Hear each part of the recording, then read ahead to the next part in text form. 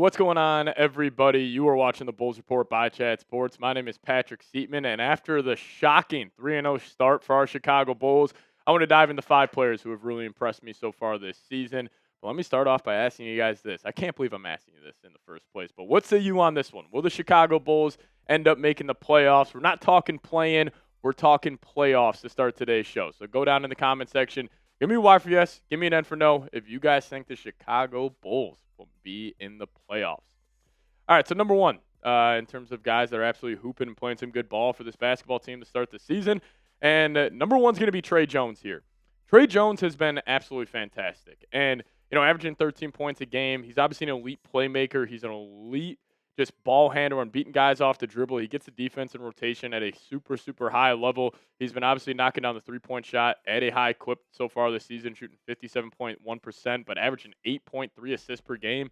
He was also averaging 4 steals a game at a point before last night. And honestly, I think Tre Jones, in terms of just underrated winning basketball players across the whole NBA, like he might be at the top of that list because he can beat guys off the dribble at the high level. You literally can't keep this guy in front, and he's always making the right reads, whether that's a kick out to the corner, drop off the Vooch, or if he just keeps his momentum going, then he can find somebody else open, or he can still get to that little floater. He's actually got some good moves around the rim. He's got a good pull-up mid-range game, and it just seems like he's making the right play every single time right now. And that's a big reason why he's playing 30 minutes a game. And that's a big reason why the Bulls gave him that contract extension this offseason. I couldn't be more impressed with this guy.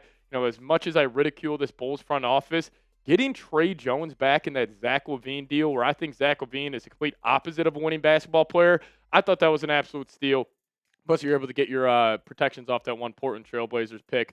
So I think overall, hell of a move by the Bulls, and Tre Jones has been absolutely balling out. But number 2 here, we're going to go Ayo Dosunmu, the Chicago kid who had an absolute masterclass last night. The Trae Young, Ayo Dosunmu back and forth was absolutely awesome. Obviously, Ayo normally gets the better of Trae Young over the last couple of years, and he had a 21-point outing last night against the Atlanta Hawks, and this guy's just been, absolutely fantastic. 14.5 points per game, averaging 2 assists a night, 3 rebounds, and then he has been ridiculous from beyond the arc this season, shooting 4.5 threes a game, and then also shooting the ball at 55.6%.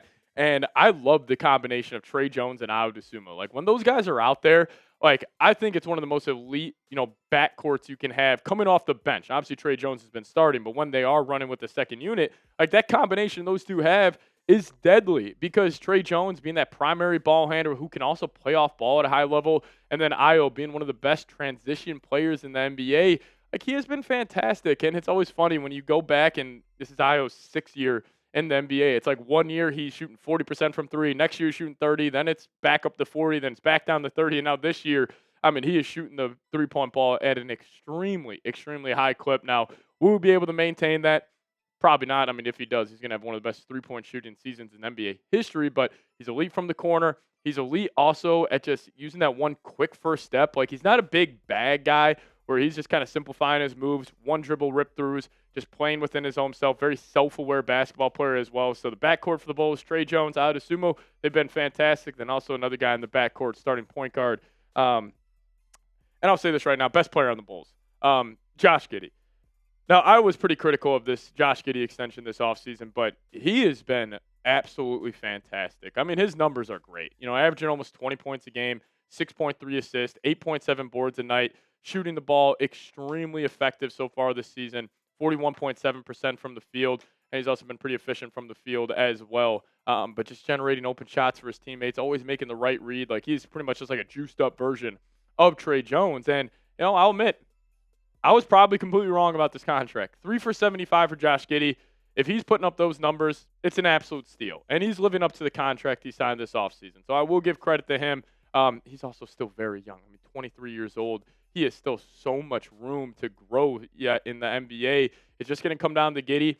Can he get more of a, kind of just more of a bag to his game? Like, can he start breaking guys down more of at a high level? Now, he can already beat guys off the dribble at a high level, but getting to that pull-up mid-range, that's going to be his next step. And, honestly, like, the way the Bulls are kind of constructed right now, they feel like a poor man's Indiana Pacers from last season, where obviously I don't think Josh Giddey's on the level of Tyrese Halliburton, but having that tall playmaking guard who likes to push it in transition, then you have just a loaded bench where you can just cycle guys in and out and maintain that pace throughout the whole game.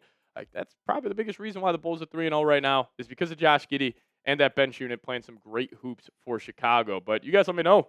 Was I wrong about Josh Giddey? I'm assuming I'll get a whole lot of yeses down below in the comment section here. But you guys let me know your thoughts. Was Patrick wrong about Josh Giddey? Give me a Y for yes or give me an N for no. Now we'll dive into two more players here in a second, one being Modest Buzelis. But before we do so, today's episode is brought to you guys by Prize Picks. Now, the hard-hitting basketball action is even better with Prize Picks. The weather might be changing, but the feeling of being right never gets old. So keep the season rolling on Prize Picks by getting $50 instantly in lineups when you play your first $5. Prize Picks is the only app that offers stacks, meaning you can pick up to the same players 3 times in the same lineup. If you guys want to pick more on Josh Giddey's points, rebounds, and assists, now you can't pick all of them in the same lineup, only on Prize Picks. You guys can also follow other Prize Picks players directly on the app and copy their lineups in one click. Whether it's a friend, celebrity partner, or just someone whose picks you like, hit the follow button and check out every lineup they create in the new Feed tab on Prize Picks. So download the Prize Picks app today, plug in that promo code CLNS, and get hooked up with $50 in lineups after you play your first $5 lineup. It's promo code CLNS to get $50 in lineups after you play your first $5 lineup. But massive shout out to Prize Picks for sponsoring today's show. Prize Picks, it's good to be right. All right, let's talk about the franchise here. Modest Buzelis, this guy's been absolutely unbelievable. That reverse dunk he had last night against the Atlanta Hawks was absolutely unreal. He was tiptoeing the baseline, got to underneath the rim, and just rose up and threw it down. Now, obviously with Buzelis, three-point shot hasn't been going in so far this season, but I still think that's going to turn around. He's not going to shoot 16% from downtown for the entire season. But what I like out of Buzelis is, one, defensively, he has been absolutely fantastic. But, him putting pressure on the rim, like, that is the number one thing with Boozy. Is like, we talk about Tre Jones and Josh Giddey and Ayo not having like this, insane bag where they have a simplified game. Buzelis is opposite. Like, he can pull out so many moves. His handle at 6'10" is ridiculous. And seeing those flashes with him, like, I was saying, like, probably best case scenario, he is a great number 2 option on a championship team. Like, I think he's got the potential to be a number 1 option. 6'10", can handle the ball, can shoot at a high level. He's also got that want and that grit to be a high level All NBA's defender.